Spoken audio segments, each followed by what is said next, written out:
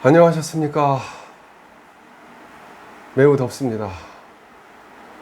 본격적인 더위가 시작되고 있는데요. 오늘은 지난주에 말씀드린 것처럼 표현이 조금 그렇죠. 쌩까다. 이게 사전에 나와요. 쌩까다. 의도적으로 뭔가를 거부하는 이런 표현인데, 우리네는 왜 기후위기를 쌩까는가? 라고 하는 이야기를 잠깐 해보려고 합니다. 우리는 우리 자신을 얼마만큼 차지하고 있다고 할 수 있을까요? 우리 안에는 우리가 어쩔 수 없는 것들이 많거든요. 세균도 있고, 자율신경계도 있고요. 우리 뇌라고 하는 것도 우리가 마음대로 할 수 있는 영역은 아니에요. 그래서 우리 뇌가 사실은 하고 싶은 대로 하는데 우리가 거기에 따라가는 부분이 많죠. 우리 뇌는 현재 일어나고 있는 기후위기라고 하는 상황을 애써 무시하려고 하는가 라고 하는 얘기를 하려고 하는 거예요. 이게 몇 년 전에 BBC라고 하는 방송국에서 내놓은 의견인데요. 이게 아마도 200만 년 정도에 걸쳐서 진화를 해온 우리 생존을 위한 어떤 결과물이 아니겠는가라고 하는 얘기를 하면서 우리 뇌가 가지고 있는 편향, 사실은 오해일 수도 있고 곡해일 수도 있는데 우리 뇌의 편향 4종 세트에 대해서 한번 얘기를 해볼까 합니다. 사람들은 정말 기후위기를 알고 있을까? 기후위기의 결과를 알고 있을까? 라고 하는 이야기를 할 때 안다는 것이 단순한 정보를 습득하는 것만을 의미하는 것인가? 아니면 안다는 것은 마음으로 받아들이는 것을 뜻하는 것인가? 하는 생각을 하는데요. 왜 마음으로 잘 받아들이지 못하는가? 하는 얘기를 하려고 합니다. 변화, change, 기후 변화? 아닙니다. 기후 크라이시스, 기후 위기라고 불러야 돼요. 이 언어가 우리를 많이 규정하는데 바람직하지 않은 언어들로 우리를 헷갈리게 하는 것들이 있어요. 예를 들면 원자력이라고 하는 건 없어요. 핵력, 강한 핵력, 약한 핵력, 전자기력, 중력 이렇게가 힘인데 우리는 이제 원자력이라고 하는 말을 뭔가를 좀 약간 부드럽게 만들려고 하는 시도를 하죠. 마찬가지로 기후 변화라고 하는 것은 본질을 잘 알려주지 않아요. 기후 위기라고 표현을 하는 게 맞습니다. Climate Crisis라고 하죠. 가정을 한번 해보는 거예요. 자, 우리 마을에 100명 정도가 사는데 동네 사람들이 다 의사예요. 동네 사람들이 다 의사인데 나한테 너 몸에 이상이 있으니까 빨리 병원 가라 라고 했는데 나는 아닌 것 같아. 어떻게 될까요? 동네 사람이 다 자동차 정비사예요. 다 정비사여가지고 저한테 그랬어요. 너 차 브레이크 이상해. 빨리 가서 고쳐야 될 것 같은데 나는 괜찮은 것 같은 거예요. 더 타도 될 것 같은데 어떻게 될까요? 동네 사람이 다 배관공이에요.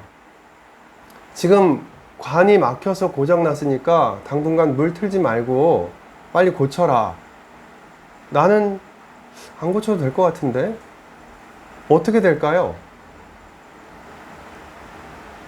이 물음을 엄마들이 물어본 거예요. 아이들을 위한 엄마들이 기후위기에 대해서 이런 상황이다 지금. 아니 99%의 기후학자가 99%의 기후학자가 기후위기는 현실이고 인간의 활동의 결과라고 판단을 했는데 그래도 아니다 라고 우리가 우기면 어떻게 될까요?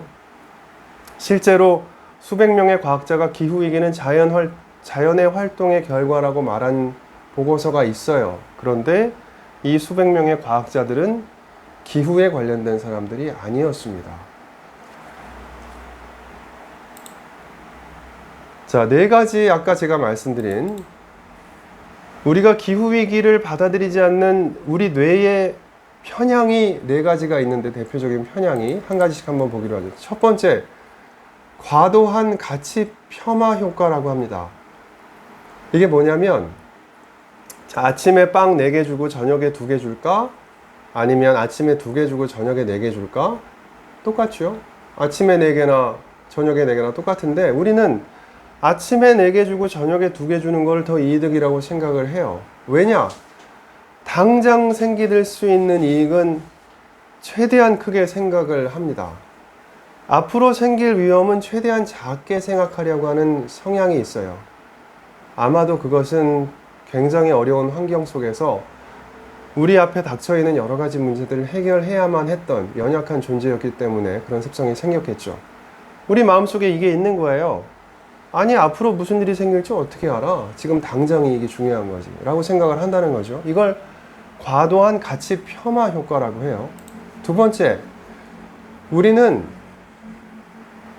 우주의 시간, 영원하다는 것을 언제까지로 계산을 하느냐? 100년 뒤? 아니에요. 200년 뒤? 아니에요. 내 손녀까지가 우주의 시간이에요. 그러니 내 손녀를 직접 봤는데 아직까지 큰일이 생기지가 않았어요. 가까운 세대의 실제적인 위협이 아닌 것들을 무시하려고 하는 습성이 있어요. 우리 뇌가 가진 습성이에요. 그러니까 사람들이 얘기하죠. 환경운동 배부른 소리 하고 있네. 지금 야, 살기도 힘든데 무슨 환경 문제야 라고 실제로 마음으로 생각을 한다는 거죠. 자, 그러면 우리가 신경 쓸 수 있는 실제적인 시간이 3대, 4대밖에 안 되면 그 다음에 대해서는 사람들이 우리 뇌는 뭐라고 할 거냐? 몰라. 이게 우리 뇌의 습성이라는 거죠. 몰라. 그 다음에 뭐 어떻게 되겠지 뭐. 미래 세대에 대한 관심 결여라고 하는 이 편향이 어떤 효과를 낳느냐? 방관자 효과를 낳습니다. 뭐냐면 옛날에 큰 짐승이 구덩이에 빠져서 허우적거리고 있어요. 아, 저거를 잡으면 엄청난 먹이가 될 것 같아. 그러면 힘이 가장 센 사람부터 힘이 가장 약한 사람들까지 다 덤벼들어서 그 녀석을 어떻게 해결해야 되는가? 아니에요. 힘이 약한 사람이 덤비면 위험해요. 그러니까 어떻게 하냐면 모두가 다 뛰어들면 위험할 수가 있으니까 해결 가능한 능력이 있는 사람만 그 일을 담당하는 게 더 안전해 라고 하는 습성을 갖게 된 거예요. 그래서 저는 아니겠죠. 설마 그게 내가 해야 될 문제인가? 그게 나인가? 하는 생각까지 못 가는 거죠. 그래서 지하철에서 어려운 일을 당했을 때는 반드시 도와주세요. 부탁합니다. 당신에게 하는 말입니다. 라고 특별하게 지정하지 않으면 우리는 그게 나는 아닌 것 같은데 이렇게 모두가 거기에 그 문제에 뛰어드는 게 정말 안전할까? 라고 하는 생각을 하게 된다는 거죠. 네 번째, 우리 뇌가 가진 편향 네 번째, 매몰 비용의 오류라고 하는 것이 있어요. 대표적으로 제가 얼마 전에 말씀드린 석탄 화력 발전소 같은 경우가 그렇습니다. 아니, 이미 다 짓고 있잖아. 땅도 사고 이만큼 지은 걸 어떻게 하란 말이야. 우리가 계산해야 될 시간이 1년일까요? 10년일까요? 혹은 100년일까요? 하지만 우리 뇌는 그렇게 먼 시간을 현실로 받아들이지 않습니다. 그러니 이미 지어놓은 거를 없애고 에너지를 전환하는 게 왠지 손해를 볼 것 같은 생각들을 하게 된다는 거예요. 그러니 여전히 사람들은 어떤 생각을 해요? 그래도 있던 게 하던 대로 하는 게 제일 나은 거 아닐까?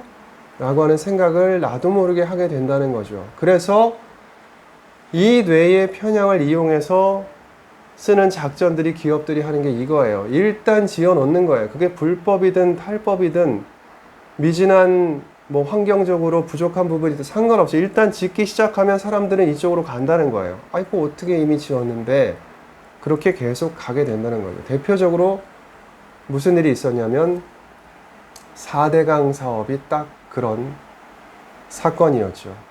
나중에 사람들이 알게 됐어요. 이게 안 좋구나. 하지만 아니 이미 시작한 걸 어떻게 해? 라고 하는 편향을 갖게 된다는 거죠. 자, 생각해보면 우리가 기후위기라고 하는 정말 대전환이 필요한 현실 앞에서 우리는 사실 나쁜 것이 아니라 적응하지 못하는 것일지도 모릅니다. 그러니 이 적응하지 못하는 우리 자신을 어떻게 해야 되느냐? 계속 이 얘기를 해야 됩니다. 다시 돌아가 볼까요? 사실 우리는 정말 기후위기의 결과를, 현실을 아직은 모르고 있는지도 모릅니다. 왜냐하면 우리 뇌가, 우리 마음이 아직은 받아들일 준비가 되지 않았기 때문이죠. 왜냐? 우리는 적응하지 못하고 있는지도 모릅니다. 다음 시간에는 배달 쓰레기, 음식 배달하는 거 참 어려운 문제예요. 혼자서 음식을 해 먹으려니까 그릇 사야지, 후라이팬 사야지, 양파도 10개씩 사야지, 쓰레기가 더 많을 것 같은데, 그러니 시켜 먹는 게 낫지 않을까? 틀린 말만은 아니에요. 그런데 배달 음식에서 나오는 쓰레기가 왜 수수료를 중간에서 아무것도 하지 않은 플랫폼 사업업자들이 그렇게 막대한 수익을 올리는가에 대한 윤리적인 문제는 제가 거론하지 않겠습니다만 저는 그게 싫거든요. 왜 음식을 만드는 사람에게보다 그것을 중개하는 사람에게 더 많은 수익이 돌아가는 구조를 우리가 받아들일까요? 저는 참 이상한데. 아무튼 쓰레기 문제에 있어서 배달 쓰레기를 어떻게 하면 좋은가? 제일 큰 문제는 이거예요. 쓰레기가 안 보이잖아요. 다 가져가니까. 그게 어떻게 됐는지 내가 알 바 아니지 뭐. 그렇죠? 그러니 이 배달 음식 쓰레기 문제를 어떻게 하면 좋을까? 제가 제안하고 싶은 건 방 안에다가 차곡차곡 모아놔 보시죠. 일주일, 2주일, 한 달 견딜 수 있겠는가? 내가 내 행동의 결과를 어쩔 수 없잖아. 그게 뭐가 나빠? 재활용 다 되지도 않고요. 자, 아무튼 쓰레기 분리수거 문제는 또 얘기하기로 하고 한번 모아놔 보죠. 그러면 내가 하는 결과에 대해서 생각이 좀 달라질 수도 있지 않을까 하는 생각을 해봅니다. 더운 여름 잘 지내시고요. 다음 주에는 쓰레기 얘기를 한번 같이 해보겠습니다.